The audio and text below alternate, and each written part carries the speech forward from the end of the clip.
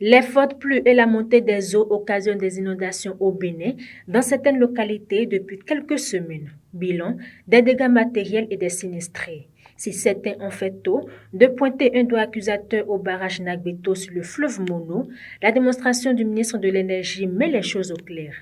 Heureusement qu'il y a le barrage de Nagbeto particulièrement, et comme tout barrage dans le monde entier,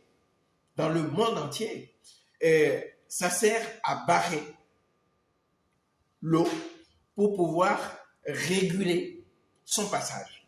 Cette régulation permet de protéger la population. Mais en fonction de la quantité qui arrive, si on ne fait rien, soit l'infrastructure, l'ouvrage est dégradé et perdu, et donc ne pourra plus jouer le rôle de barrage, ou soit le niveau d'eau est tellement important que ça passe au-dessus du barrage, et pareil, on ne maîtrisera plus rien.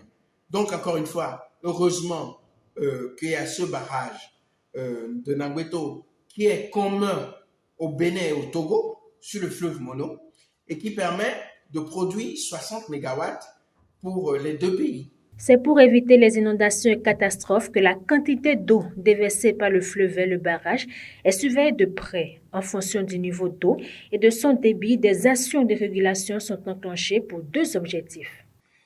Un, protéger le barrage, parce que sinon, s'il cède, il ne va plus jouer son rôle de barrage, compte tenu de la quantité considérable d'eau qui va arriver.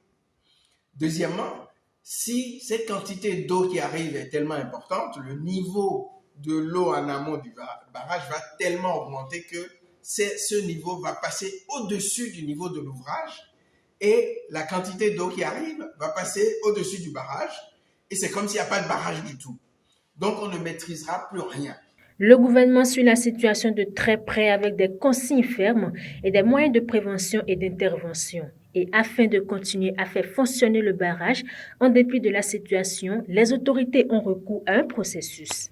De temps en temps, en fonction de la quantité qui arrive, on fait ce qu'on appelle, après avoir prévenu, on fait ce qu'on appelle des lâchers d'eau.